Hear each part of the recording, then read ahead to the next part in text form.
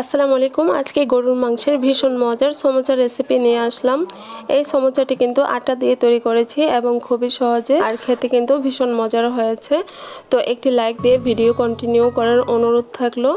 এখানে 4 কাপ আটা নিয়েছি, লবণ দিয়েছি হাফ চা চামচ, 4 টেবিল চামচ তেল দিয়েছি, লবণ হাফ চা চামচ দিয়েছি কারণ মাংসের সাথেও লবণ আছে, তাই এমনভাবে মিশাতে হবে তেল এবং আটা যেন মুঠো করলে মুঠো হয়ে যায়, আবার একটু প্রেস করলে ছেড়ে যায়। তো খুব ভালোভাবে মেশানোর পরে এবারে পানি দিয়েছি। এখানে ফ্রিজের ঠান্ডা পানি নিয়েছি, একটু পানি করে মিশিয়ে একটা ডো তৈরি করে নিয়েছি। ফ্রিজের পানিটা দেওয়ার চেষ্টা করবেন, একেবারে আমি বরফ ঠান্ডা পানিটা নিয়েছি। বরফ ঠান্ডা পানি না নিলেও চেষ্টা করবেন নর্মাল ফ্রিজের পানি নেওয়া। ফ্রিজের পানি ছাড়া একেবারে নর্মাল পানিটাও নেওয়া যাবে, তবে ঠান্ডা পানিটা দিলে কিন্তু সমোসাটা বেশি পারফেক্ট হবে, খেতে ভালো লাগবে। এবারে ডোটাকে 3টি ভাগে ভাগ করে নিয়েছি এবং একটু ঘুরিয়ে ঘুরিয়ে দেখতেই পাচ্ছেন একটি শেপ দিয়ে নিয়েছি। এবার রুটি বেলে নিব। যারা চ্যানেলে নতুন আছেন প্লিজ সাবস্ক্রাইব করে পাশে থাকা বেল আইকন অল করে দিবেন, তাতে করে কিন্তু আমার সব নতুন সহজ ও মজাদার রেসিপিগুলো আপনাদের সামনে পৌঁছে যাবে। আর যারা অলরেডি সাবস্ক্রাইব করে রেখেছেন তাদেরকে অসংখ্য ধন্যবাদ। যারা ফেসবুক থেকে দেখছেন তারাও ফলো দিয়ে লাইক করে দিবেন।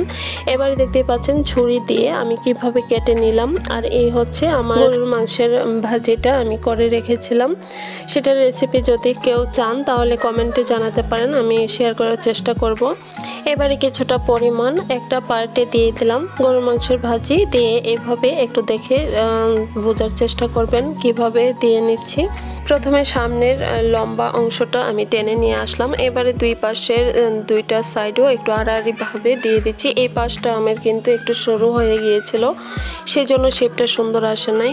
তো এবারে একটি কাঁটা চামচ দিয়ে একটু ডিজাইন করে নিচ্ছি। এই ডিজাইনটা আমি কিন্তু রাখবো না সবগুলোতে, শুধুমাত্র দুটো সমোচাতে এই শেপটা দিয়ে দেখিয়ে দিচ্ছি যে আপনারা যদি চান তাহলে এভাবে কাঁটা চামচ দিয়ে ডিজাইন করে নিতে পারেন। তো আমি কিন্তু প্লেন রাখবো, শুধুমাত্র আপনাদের দেখানোর জন্য করেছি দুটোতে। সমোচাগুলো এইভাবে বানালে কিন্তু সময়টা খুবই কম লাগে, খুব অল্প সময়ের মধ্যে হয়ে যায় আর আরও ভালো করেও করা যাবে। আমি খুব তাড়াহুড়া করে করেছি, তো আরও সুন্দর করেও করা যাবে। তো আমি যেভাবে সবগুলো রেখেছি সেটা হচ্ছে এরকম প্লেন রাখবো।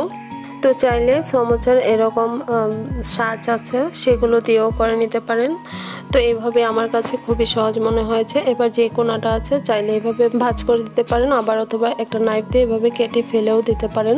তো একটি রুটি দিয়ে আমার 8টি হয়েছে। আমার আরও কিন্তু 2টি ডোর অংশ বাকি আছে, তো সবগুলোকে সেমভাবে করে নিব। চাইলে আরও ছোট বড় নিজেদের পছন্দ মতো শেপ দিয়ে নিতে পারেন সমোচাগুলো। তো আমি তেল বসিয়ে দিয়েছিলাম, তেলটা গরম হয়ে যাওয়ার পরে সমোচাগুলো একে একে দিয়ে দিচ্ছি। চুলার আঁচ কিন্তু মাঝারিতে আছে, মানে মিডিয়াম আঁচে আছে। তো একটু সময় নিয়ে উল্টে পাল্টে ভেজে নিব। এই ভাজাটা যতটা পারফেক্ট হবে সমোচাগুলো খেতে কিন্তু ততটাই পারফেক্ট হবে। আমার খুবই ঠান্ডা লেগেছে, সেজন্য কথা বলতেও কষ্ট হচ্ছে, ভালো করে বলতেও পারছি না। তো একটু বুঝে নেওয়ার চেষ্টা করবেন আশা করছি।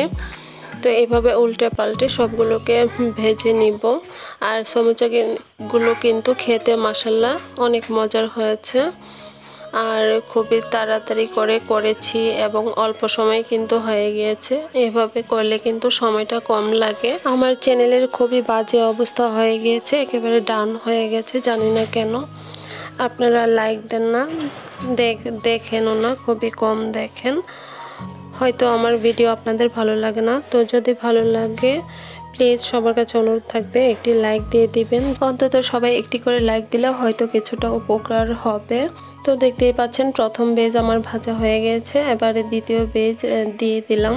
তো একটু ব্রাউন করে একটু সময় নিয়ে কম আছে সবগুলোকে এমনভাবে ভেজে নিয়েছি, খেতে একটা ক্রিস্পি ভাবও ছিল, আবার সফটনেসও সাথে ছিল, অনেক ভালো লেগেছে। তো সন্ধ্যায় আমরা এগুলো দিয়ে নাস্তা করেছি, সবার অনেক এনজয় করেছে, সবার ভালো লেগেছে। তো যদি আপনাদের ভালো লেগে থাকে আজকের ভিডিওটি প্লিজ একটি লাইক করে দিবেন। সবাই ভালো থাকবেন, আমাদের জন্য দোয়া করবেন। আল্লাহ হাফেজ।